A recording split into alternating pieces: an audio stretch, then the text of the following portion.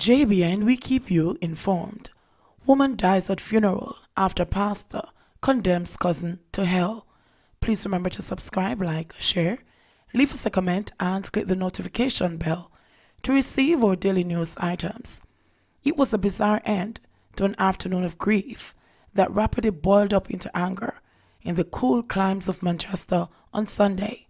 An elderly shopkeeper who had earlier heard pastors pronounce hell for her 79-year-old deceased cousin, but heaven for his 100-year-old mother, collapsed and died as she was being taken from the Oakland Memorial Gardens, where the mother and the son had just been interred. Mighty God, I don't know if on earth we have to celebrate Sisters Martina's life is somewhat dampened because her son is also present, but I can tell you this: precious in the sight of the Lord. Precious, precious in the sight of the Lord is the death of his seed, Martina Wellington. Precious, Shataya, God from glory. Hey, shh. It's all right. It's a Holy Ghost church. Remember, time we do, we just get crazy. It's a Holy Ghost church. The shopkeeper, Jennifer Woodfine, 80, was declared dead on arrival at the Mandeville Regional Hospital.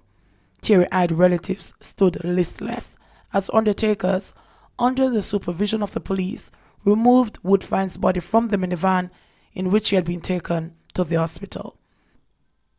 That climatic drama capped a theater of the absurd that unfolded earlier at the double funeral at the Deliverance Temple Apostolic Church in Knockpatrick, Manchester, where religious leaders miffed at opposition by offended mourners, suspended tributes, and scrapped the homily.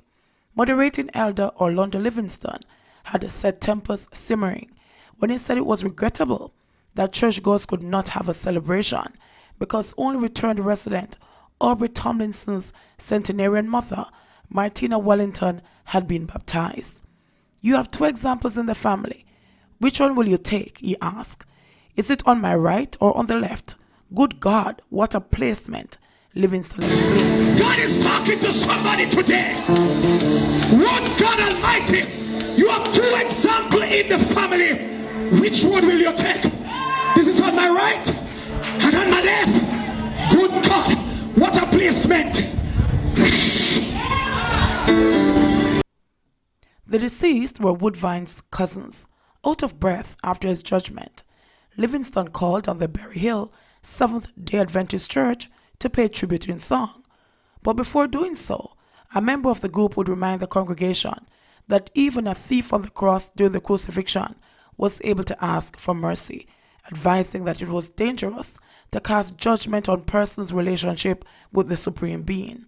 That would agitate the moderator, who would return to the microphone declaring that people should not be fooled by some denominations and all who call themselves Christians. That is why we, the apostolics, separate ourselves, he charged, insisting that baptism was mandatory for one to see the gates of heaven. By then, members of the grieving family, hurt by Livingston's pronouncements, had gathered outside the church in protest. Tomlinson's widow, Sandra, would later return to the building, mounting the platform to complain quietly to overseer Bishop Jabez Johnson about the declarations being made by Livingston. "No name, no call," the overseer blurted out over the microphone as he rejected the complaints by the widow. "I will not have it."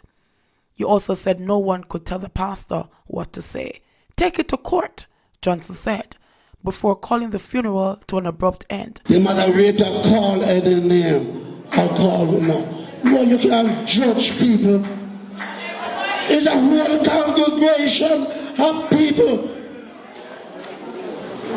And look here, people. Look here. Understand yourself.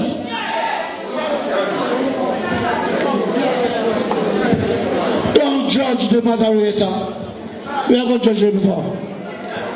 He is here to preach and to moderate this service. And you cannot tell the speaker what to say. You can direct this funeral. It's not your funeral.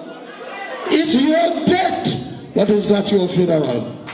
With several tributes and the homely outstanding. On the request of a family member, Johnson would, however, allow the eulogies to be presented, after which the procession was led from the church to the cemetery, where the shopkeeper would collapse at the end of the burial. JBN, we keep you informed. Please remember to subscribe, like, share, leave us a comment, and click the notification bell to receive our daily news items.